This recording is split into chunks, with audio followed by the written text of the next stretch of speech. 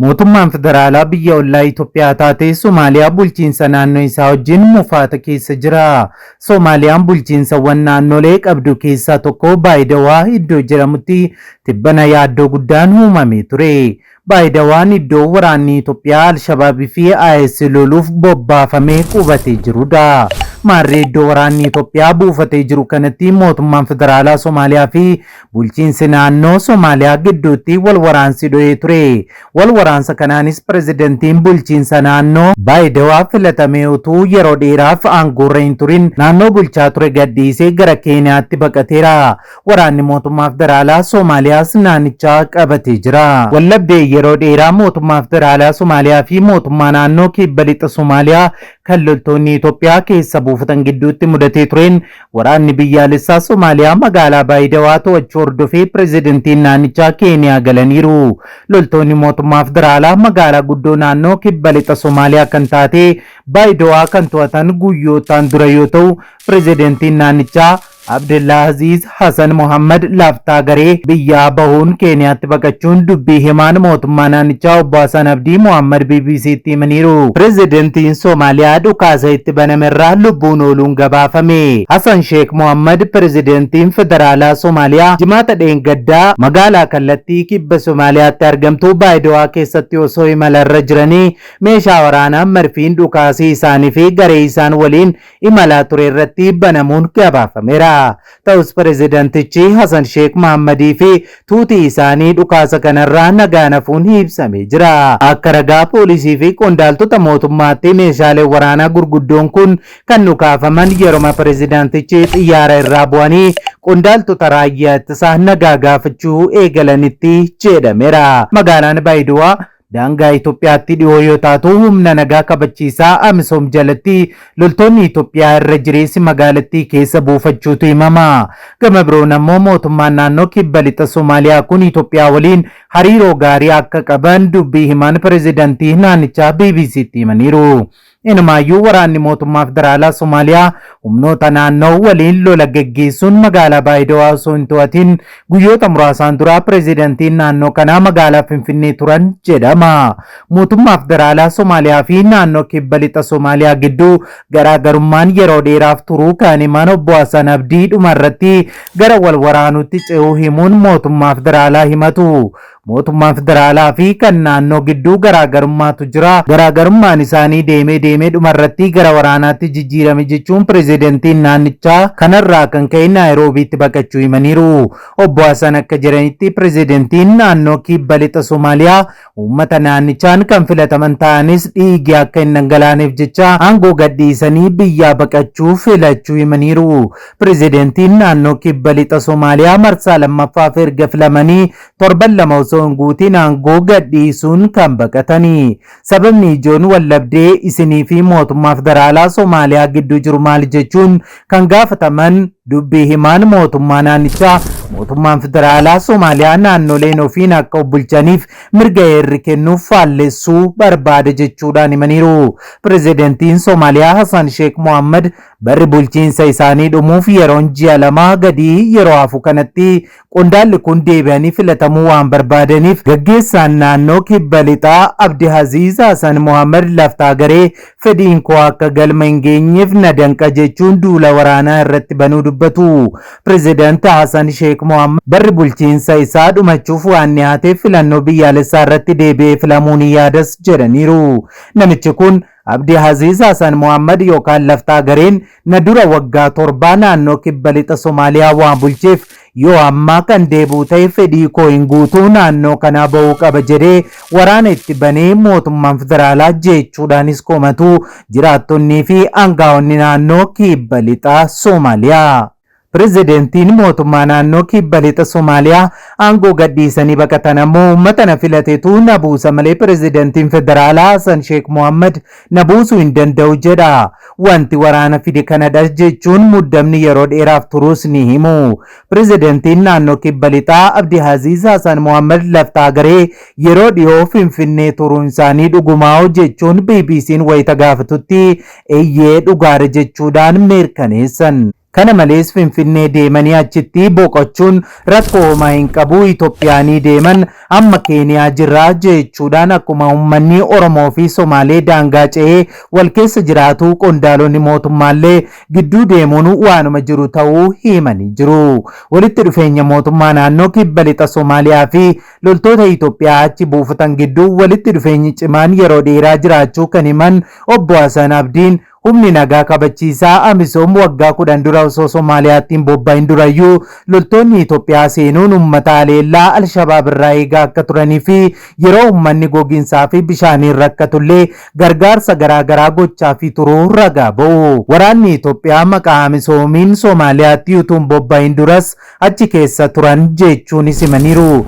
Yeroo uummanni Somaalee kun rakkate waraanni Itoophiyaa uummata keenya rakkate kana gargaaruu qabne jedhanii gargaaraa turan jedhaniiru. Ergasii booddee ammoo waggaa 12 hanga waggaa 14 maqaa AMISOM jalatti magaalaa Baayidawaa qofa osoo hin ta'in akkanatti fakkaatutti gara magaalaa 10 wayii keessa jira waraanni Itoophiyaa jechuun waraanni Itoophiyaa kallattiin mootummaa federaalaa waliin kan hojjetu ta'ullee naannolee keessa jiran keessatti uummata waliin walitti dhufeenya gaarii akka qaban himaniiru. Bulchiinsa kibba lixaa fi mootummaa federaalaa Somaaliyaa gidduutti muddamni dhalatee sirna federaalaa biyyattii kan mootummoota naannolee gidduu filannoo fi aangoo qoodachuun wal qabatee garaagarummaa jiruuf agarsiistudha. Mootummaan federaalaa Somaaliyaa yeroo dhiyoo heera biyyattii irratti jijjiirama gochuusaa bulchiinsi kibba lixaa mormee akka ture ni yaadatama.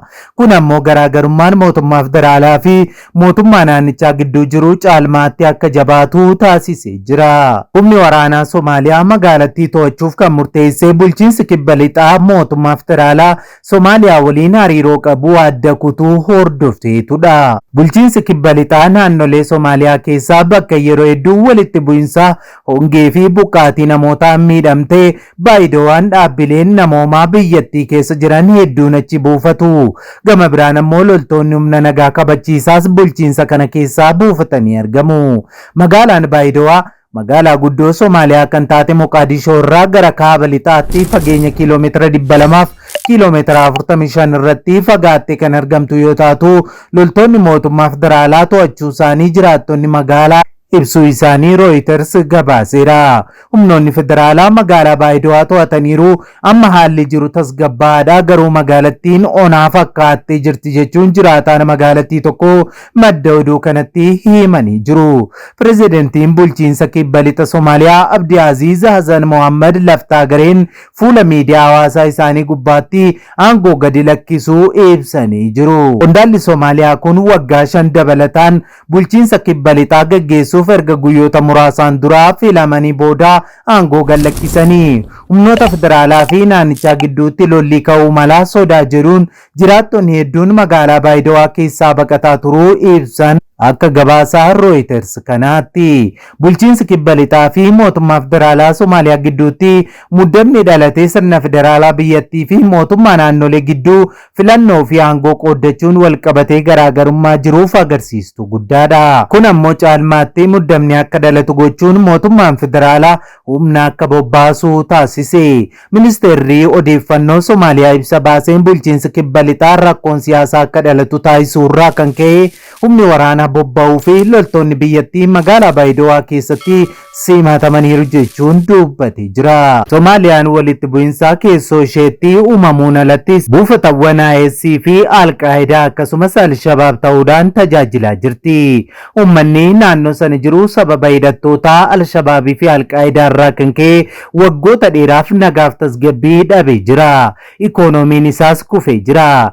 Yeroo ammaa kana IS humni isaa Somaaliyaatti haleellaa raawwachuun akka durii utuu hin taane irrateera jechuudhaan dubbataa jiru. Haa ta'u malee hin irrate malee guutummaan guutuutti hin banne. Loltoota IS fi Al-Qaayidaa akkasumas handhuura Somaaliyaatti biqilee Al-Shabaabiin loluudhaaf jechuudha waraanni Itoophiyaa gara Somaaliyaatti waggoota 15 dura kan inni malee. Hanga ammaattis tarkaanfii Somaaliyaa keessatti hidhattoota Al-Shabaab fi Al-Qaayidaa akkasumas IS ta'an irratti fudhataa jiruun tarkaanfii boonsaan argamaa jira.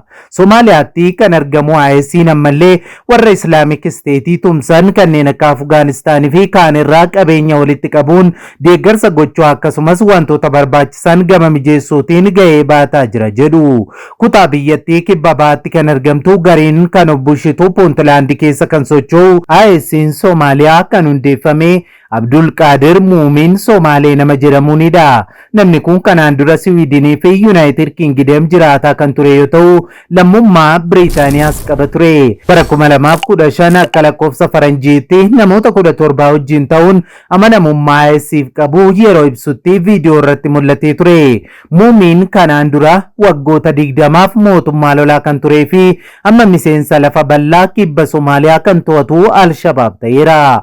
IS'n Somaaliyaa Al-Shabaabin Puntland tulluuwwan Al-Muskaad keessaa baasuun namoota biyyoota garaagaraa keessaa fo'aman fiduun suuta IS'if wiirtuu leenjii fi maallaqa godhe. Gareen kun magaalaa ulaa galaanaa Bosaasoo irratti dhiibbaa kan uumu yoo ta'u oomishaaleen alaa galan hormaata loonii fi qonnaa irratti kaffaltii dirqamaan guurratu $2 miiliyoona 2 walitti qabata jirameera.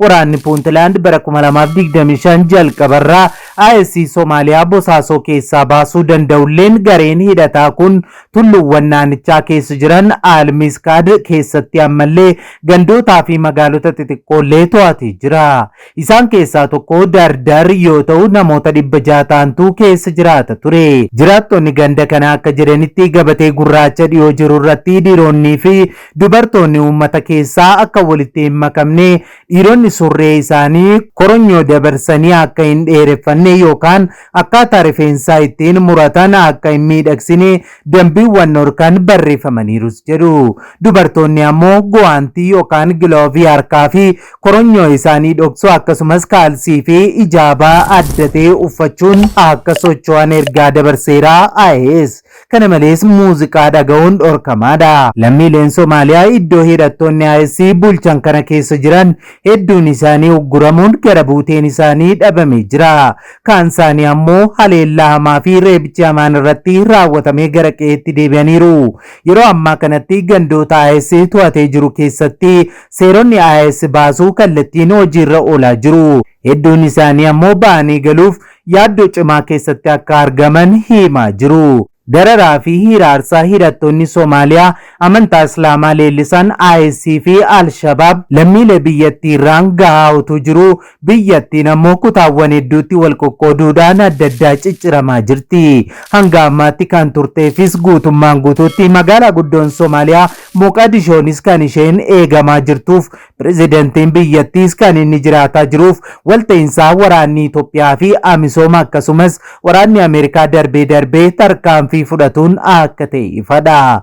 Waaqayyo gaanfa Afrikaaf nagaa irraa afaan ufaa buusu. Egaan daawwattoota keenya yeroo jalqabaaf gara chaanaalii keenyaatti kan dabalamtan subscribe godhadhaa mallattoo beelii sana fuulduratti isinii dhufu ala tokko tokkoon ol kan jettu irra kaa'adhaa like share godhaa yaada keessan saanduqa yaadaa keessatti nuu qoodaa. Sa'aatii yartuun booda odeeffannoo gara biraatiin hanga deebinee ol arginutti turtii gaarii isiniif haa ta'u nagaan tura.